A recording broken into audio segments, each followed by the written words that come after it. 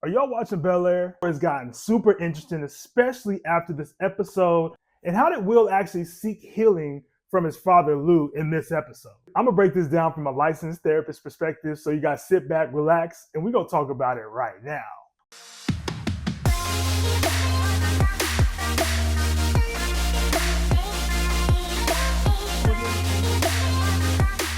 What's good, y'all? My name is Terrence, Stewart, and I'm your men's mental health expert. Now, you guys seen the past version of Fresh Prince of Bel Air and now watching the modern version of Bel Air, you guys know the dynamic between Will and Lou. Now, in the modern Bel Air series, Lou has a little bit more of an extensive role. And Will actually in this character and in this specific episode actually tried to find some ways of seeking some healing and trying to get to know his father a little bit more. Now, this is really important because there's a lot of Black men out there that end up not growing up with their fathers. And usually down the line, men will try to seek out who their father is. There's even a lot of confusion for a lot of grown men, Black men, who their actual father really is. And this doesn't just lie on the father, but it can also lie on the mother as well too, based on things the mother told the child about their father who was not present. Now, in this episode, Will's been struggling a lot with who he is, his identity. He really loves basketball, but he seems to be running away from that because he found out that his dad, Lou, was actually a basketball player too. Now, this conversation came about because Lou is actually living in LA. To Will's attention, he really didn't know that his dad was actually living in LA and not back in Philly. So Will pulled up on Lou and was like, "Oh, so you here now?" But Lou's response was, "Hey, I wasn't ready to really tell you that I was out here because I wanted to get my stuff together before I present myself to you," which is respectful. I feel like that's respectful. But in all honesty, probably should have let his son know, like, "Hey, I'm gonna be in LA, or I'm in LA, I'm in your town." But also too, based on their previous engagement and their previous conversation, the conversation didn't end very well. Now, going back to Will, he's been really struggling with his identity and who he is. And this came after, while they're having this conversation in the barbershop, that Lou shared with them, like, "Hey, I used to play ball too." And Will's like, "Actually, I'm maybe trying to do something else." And his dad, Lou, was like, "What do you mean? Like, you're going to do anything else? Like, basketball is your way out. Like, what else are you going to do?" You know, even in that conversation, what I noticed was a lot of generational trauma, like the father imposing what they feel like is best for their son and their son not being able to make their own decisions. So Will resented his dad and quit playing basketball. Now, during this time, Will and Carlton actually started this business called Black Sets.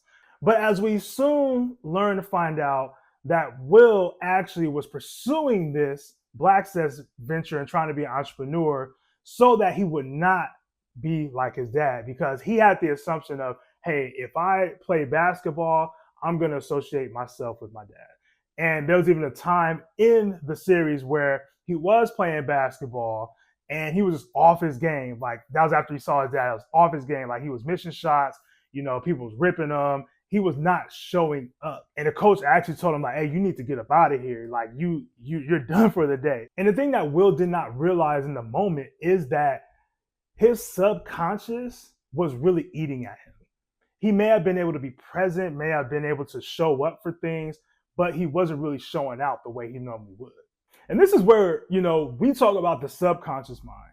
Like, our subconscious mind is so powerful because this is based on and really rooted into our core beliefs. So Will actually had the core belief within himself that anything related to basketball is going to remind him of his dad. He ended up quitting basketball, but then he realized, like, you know, running from that was not saving him from actually dealing with the emotions that he has and the feelings he has towards his father.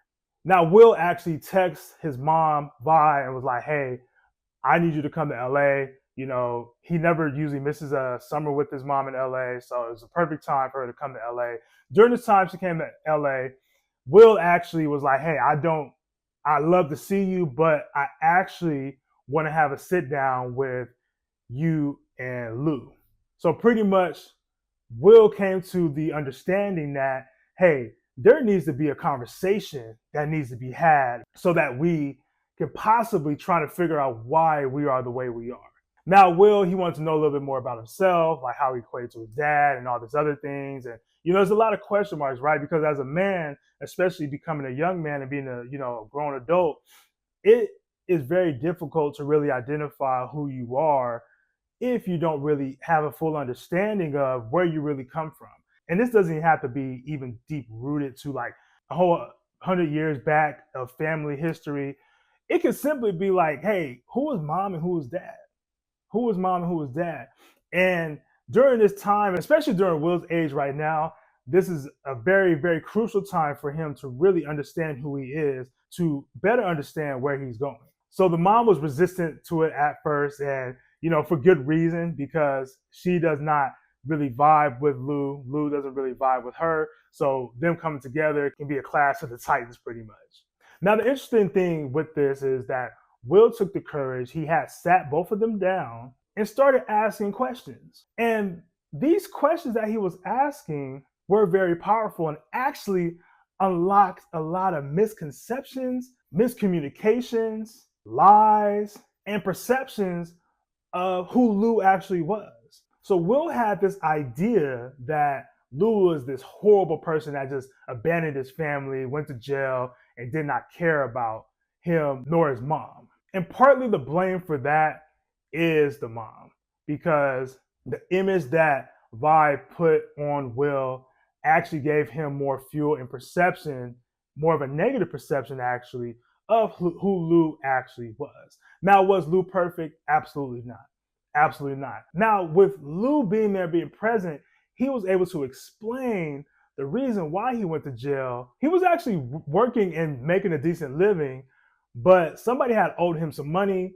He was in the bind where there was no heat in the house, especially in Philly. I mean, it's cold, it's snowing. Vi actually told Lou, hey, you need to go get what you owe. So Lou actually internalized that, like, hey, I need to go get my money from this guy that owes me bread. So he ended up robbing him of the money that he owed. And in return, Lou ended up going to jail. Now, when Will found that out, it actually broke a lot of barriers, because Will thought he was just hustling in the street and he was like not listening, didn't want to be with his family. But he didn't realize that Lou actually made that sacrifice for Will and his mom. And all these years passed by where Will had this misperception of who his father was. Now, again, was Lou perfect?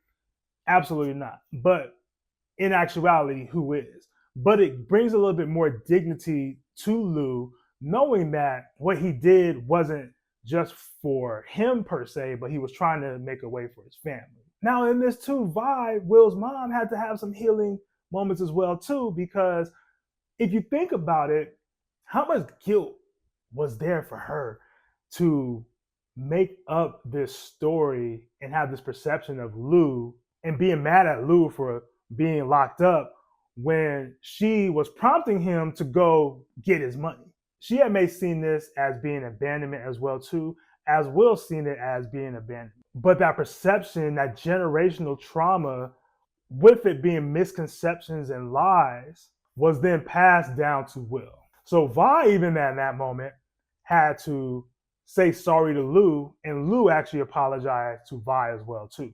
In this moment is very, very transformative, because now we have a better and clearer understanding of what actually happened, understanding that, Will has been living in misconceptions, Vi has been carrying all that with her, Lou, was carrying the burden of feeling like he made a mistake and, he should have been there with his family, wasn't able to see his son grow up based on that decision. And all this happened and given the time and the space to have a conversation. And even when I'm working with my clients in my practice, my clients will come to me with an issue about somebody else, and we'll talk about it for a cool amount of time. But then I'll stop them and I'm like, well, did you have a conversation with this person? Did you actually talk to this person? Did you let them know how you felt about it? And most of the time, the answer is no. So usually my homework was like, hey, we're going over the forms of communication, utilize this form of communication, talk to them, come back next week and let me know how it goes. Most of the time they come back with this exact quote. It was just a misunderstanding. It was just a misunderstanding. How many misunderstandings are keeping you from having a healthy relationship?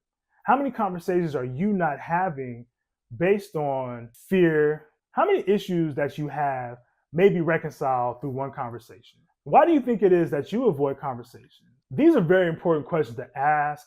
And my hopes is that even watching Bel Air, understanding like, yeah, this is a TV show, but this is actually real life situations as well too. Like this isn't just made up, right? There's a lot of Wills out there. There's a lot of Vi's out there, and there's a lot of Lou's out there. And we do have to understand that with family, we need healing, especially if there's an absent parent, somebody who wasn't there to see the other kid grow up. You know, maybe there's custody battles or there's resentment towards the parents, which didn't give the other parent the opportunity to really have a healthy relationship with their child. A lot of misconceptions, a lot of miscommunications. You have to utilize effective communication skills in order for you to heal and break down these barriers of misconceptions, generational curses, and generational traumas. I appreciate you all for tapping in. Let me know what y'all think in the comments when it came down to this episode. Make sure you guys check out Bel Air. This ain't a paid program and like that. I just like the show. I'm a big fan. You know, all biases aside, my favorite show of all time is The Fresh Prince of Bel Air. So I'm excited to watch Bel Air when I have the opportunity to. And I wanted to share this moment with you guys because it really resonates to not only mental health, but men's mental health. I appreciate y'all for tapping in. Y'all take care. Peace.